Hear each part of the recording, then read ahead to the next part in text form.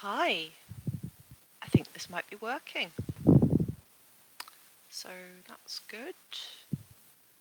Don't know how to get it up so I can see comments if they happen. Aha, here we go. Sorry, I'm streaming on my laptop for once rather than my phone, and the interface is kind of weird.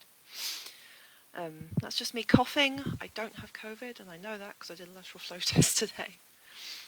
So I'm just on my lunch break from work, and I wanted to share some thoughts I was having. So I shared a Facebook memory this morning of time 9 years ago when I was sat waiting for surgery. And it took quite a lot for me to get that surgery. I have endometriosis, which is a chronic condition that affects people that have uteruses. And not all people that have uteruses, just ones where they don't work properly in this very specific way. It's a chronic condition, there is not a cure, there are some treatments, and the symptoms of it are very, very easy to dismiss by medical professionals because until you get to the point where things are really, really bad, the only way you'll know if you have endometriosis is just pain.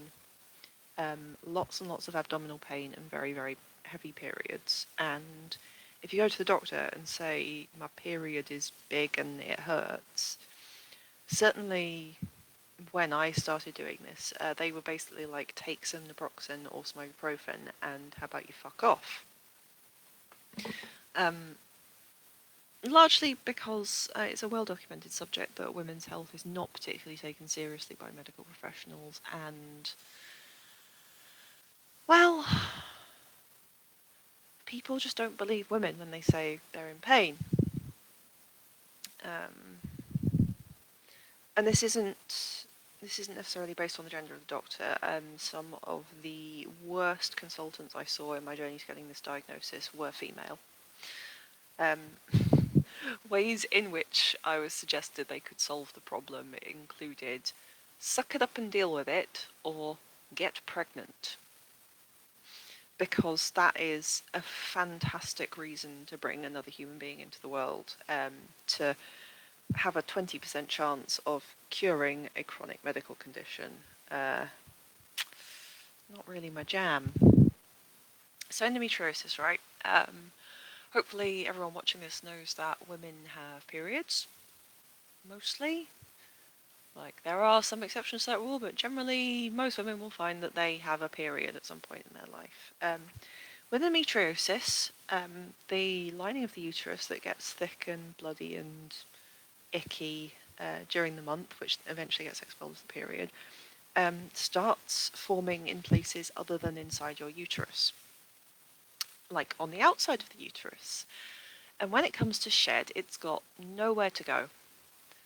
There's a couple of reasons that people have posited why this might exist, but women's health is quite underfunded in a lot of places, and witchcraft, as Hannah Gadsby would say. So,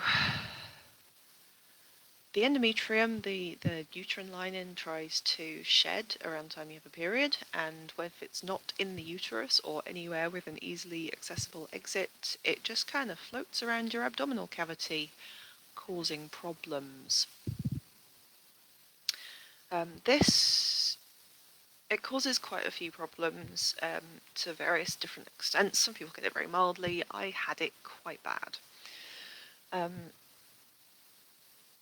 It drastically lowers the chance of you being able to conceive and carry a child to term. It is possible for some people. I was told in my case it's very improbable, and I should probably not try and get pregnant because it would have a very high chance of being an ectopic pregnancy and quite possibly kill me, even if it was like all in the right place. This was the same doctor that told me I should try and get pregnant to cure it, so that's some conflicting advice there, which I wasn't particularly fond of. Now, it's been a journey for me to get to the point where I'm I don't want biological children. When I was younger, I thought it was what I wanted to do.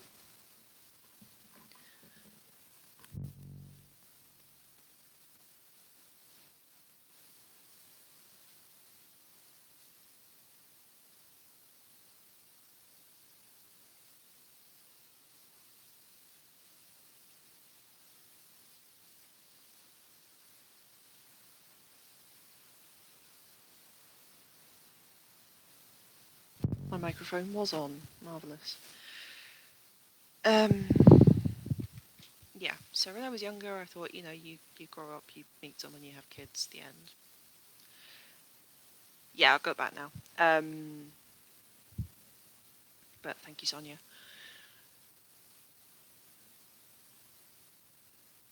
And then that became less and less likely as time went on, and I had to examine my views about the idea of having and or raising children, and after a fashion came to the conclusion that it probably wasn't going to be for me. And that was about the time that I found out that I probably couldn't anyway. So I was kind of mad about it, not because I wanted to, but just because, like, you can't tell me what to fucking do. Um, so I don't particularly want children. I also don't particularly want to have my uterus trying to turn itself inside out and strangle all my internal organs, because that's what it effectively ended up doing. So endometrium started growing outside of the uterus, and when it came time to shed, it would float around the abdominal cavity. It stuck to things, and it encased quite a lot of the internal organs down there in scar tissue that was just sort of slowly strangling them. Imagine an old house that's covered in ivy, and it's crawling up the house, and it's sort of pulling the brickwork down and messing up the foundations and all that. That's basically what was happening inside me, except instead of ivy, it was endometrial scar tissue. So that sucked. I had to do quite a lot of shouting at doctors to get diagnosed, and eventually had a surgical intervention, and that involved in my case making 4 incisions into my abdomen, very small ones. I've got a couple of scars, but not really visible anymore. And going in with a laser and literally burning it all off. And there's ways they can stop it forming quite as quickly, but essentially most people have to go and have that done every so often, because there is no cure. I've had it done twice. The first time was significantly worse than the second, because that was the very, very first one. So, they were burning out, you know, at least a decade's worth of pain and suffering. That scene in Aliens where Sigourney Weaver's got the flamethrower and she's torching all the alien eggs. That's kind of how I imagine that procedure went.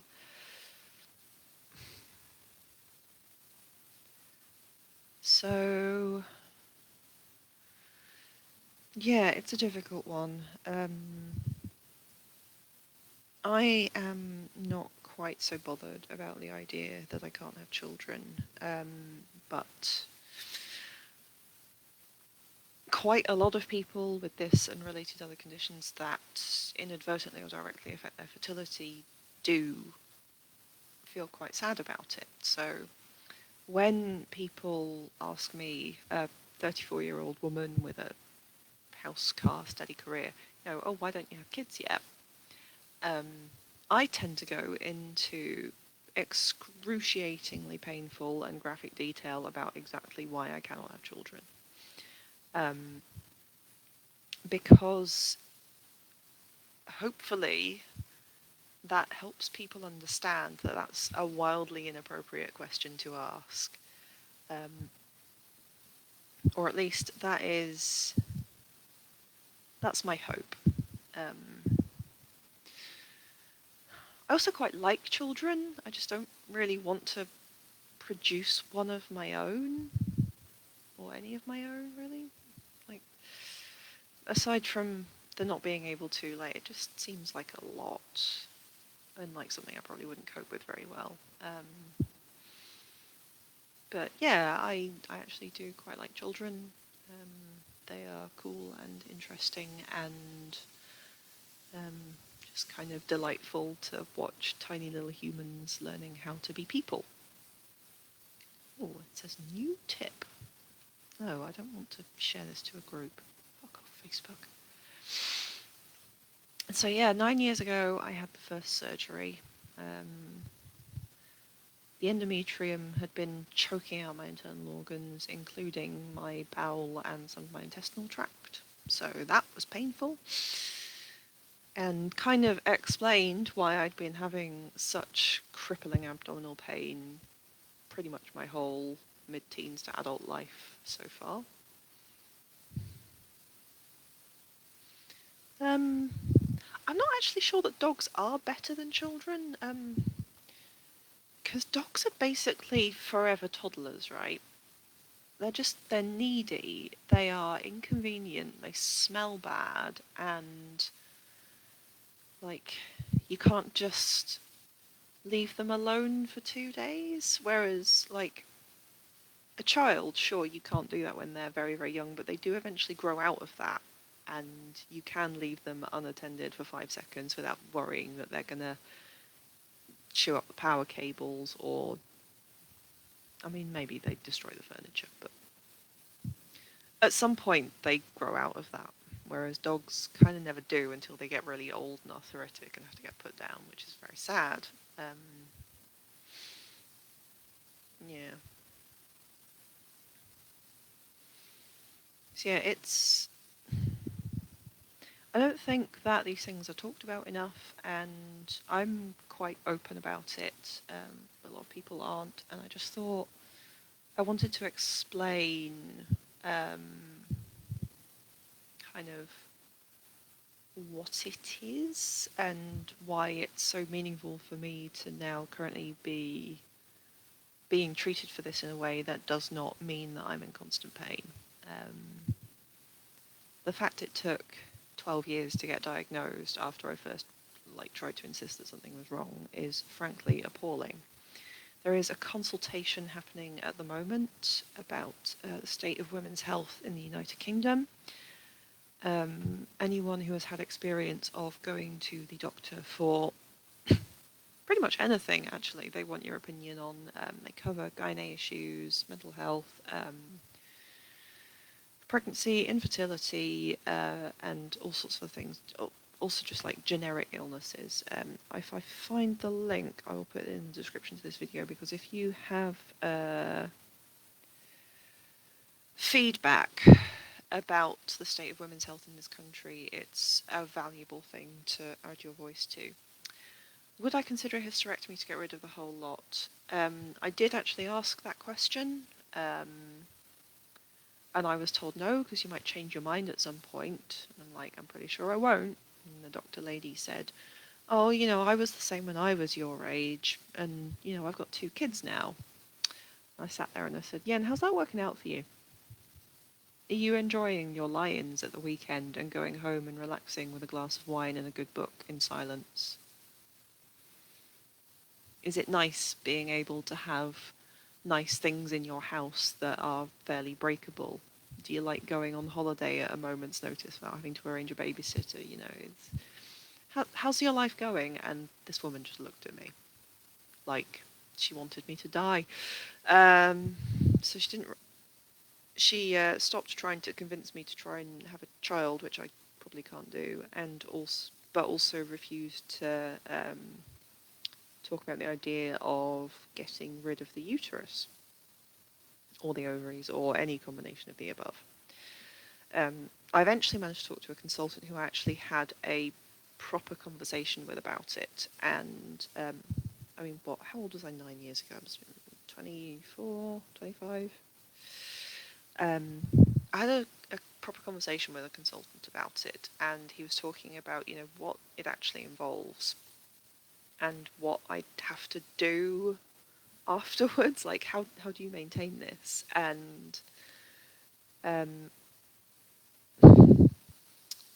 it would have caused a lot of problems I didn't particularly want to go on HRT in my mid-20s, and try and deal with having the menopause at that age, because that sounded miserable, and the sort of the amount of faff around that, like it would have been a different problem to what I was experiencing. It wouldn't have necessarily been better, or at least not at the time. At some point I might consider it, but it's sort of alright at the moment. And now being in my mid-30s and thus geriatric by childbearing standards, I might have an easier time of having that conversation.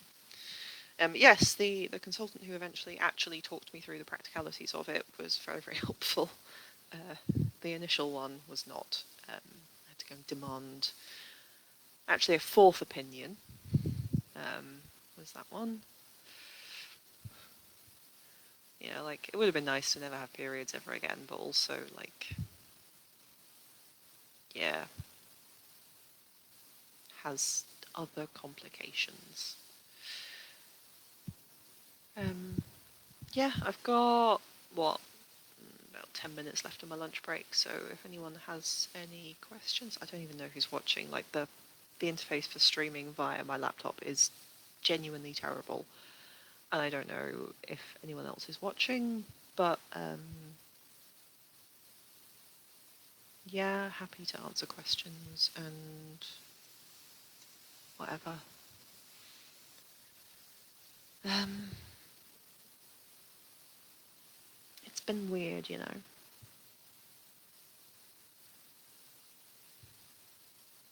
And every so often I do sit and have a little bit of a check-in with myself. So it's unlikely I'd be able to naturally conceive and carry a child to term, but there are things that could be done to sort of help that along and make it a bit more likely. And every few years I sort of have to check in with myself. It's like, am I still okay with not reproducing biologically? Am I still good with this? Um, And so far the answer is yes, but I do think it's important. Yes, I'm still good with it. I do think it's important to keep checking in with yourself on that, because at 34, if I wanted to get on that, I pretty much need to start now. So I needed to have that conversation with myself. How did I get a diagnosis? Niece suffering crazy mad intermittent pain, suggested endometriosis, but she's struggling to get the medical peeps to listen. Okay, so after complaining of period pain for many, many, many years, I actually started getting taken seriously when I started using a menstrual cup, which is those little, I don't have one on my desk, but it's like a little silicone cup you stick up your vag to collect the period blood, and you occasionally empty it out and wash it and put it back in. And it's a lovely alternative to tampons and doesn't give you tampon cotton vagina. Um, So I started using a menstrual cup, and the one I was using had measurements on the side in milliliters. So for a couple of periods, I was able to track exactly how heavy they were. And when I went to the doctor and said, so I lose 800 milliliters of blood in the first 3 days of my period, and it lasts another 4 or 5 after that. That's when they started to take me seriously. The ultimate thing was, I mean, you can't really diagnose it without the surgery, because sort of endometrial lesions, I think they're called, and cysts are often in the wrong place, or they just look like organ walls. So they don't really show up on ultrasound or anything, or any of the other scans that they can do. So it's an exploratory keyhole surgery to basically stick a camera in and have a look, um, to confirm that you've got the diagnosis. And when I had the surgery, it was a diagnostic surgery with the caveat that if they found anything in there from this list of things, they could also like sort it out while they had me open, which they did. And they found like a couple of huge like blood boil cysts in places that they really shouldn't have been. I mean, I don't think you'd want any of those anyway. Yeah, nothing conclusive. The other thing they made me do before they floated the idea of surgery was they put me on these pills that essentially induced the menopause for a few months to see if stopping my periods would stop it hurting. That's a common diagnostic thing, and the idea is if these pills stop the period pains, then it probably is endometriosis. Unfortunately for me, by that point, I had all these cysts, which were just like physical things, and all the scar tissue crunching my organs around. So I just spent a few months going through the menopause in my mid-20s, and it was awful. It was like going through puberty again. So that was unpleasant, but I was able to go back to the doctor and say, look, some of the pain stopped, but I'm still getting this and this. And he just sort of looked at me and was like, hmm, I think there's something else going on there. We're going to have to like get you open up and take a look. Um, so there's some keywords that I sort of use when it comes to getting doctors to take me seriously, and that is things like, this is impacting my quality of life. I am unable to live a full and productive life with this pain. It is affecting my ability to work because, like, at the time when I got in the sort of final stretch of the diagnosis, I'd actually started uni. But prior to that, I was in a position where I was having to take, 3 days off a month from work because my period pains were so bad I would pass out if I tried to walk anywhere. Um, so that's the kind of keywords, like I can't do things. I always feel tired. The pain is so bad. I feel like I'm being punched in the kidneys constantly. But yeah, impacting quality of life, impacting ability to work is the thing, because doctors don't particularly like signing people off because of the whole cult of productivity. Every citizen must, pay their tithe in the capitalist hellscape that we live in. So if you go to a doctor and say, this is stopping me from working, they seem to take that more seriously. I do have several Facebook friends who are biologists and doctors of various stripes who may be able to help with a few other keywords.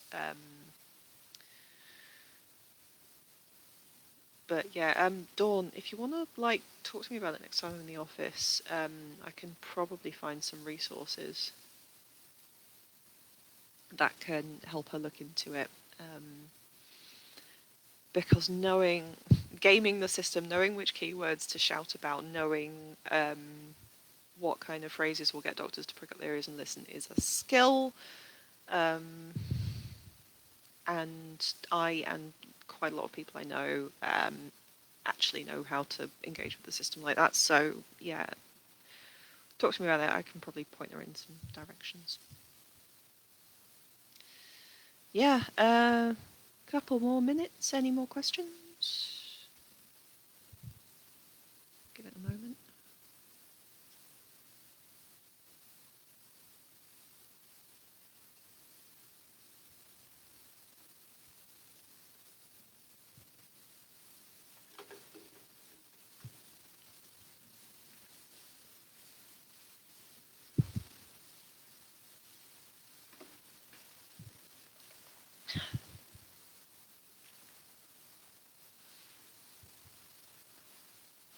So yeah,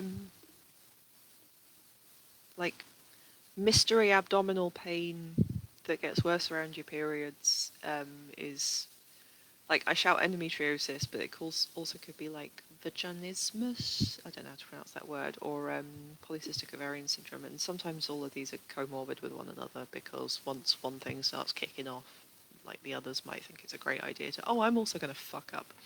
Cool, thanks, body.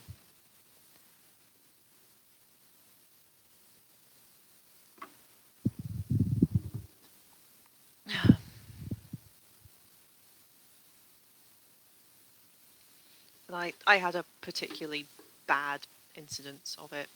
Um, Quite a lot of people get away with it less bad than I did, but I was special. Okay, I'm gonna stop talking about my uterus now. Thank you for joining me on this journey. It's been weird. Happy 9-year anniversary to not being in constant, debilitating pain. Bye.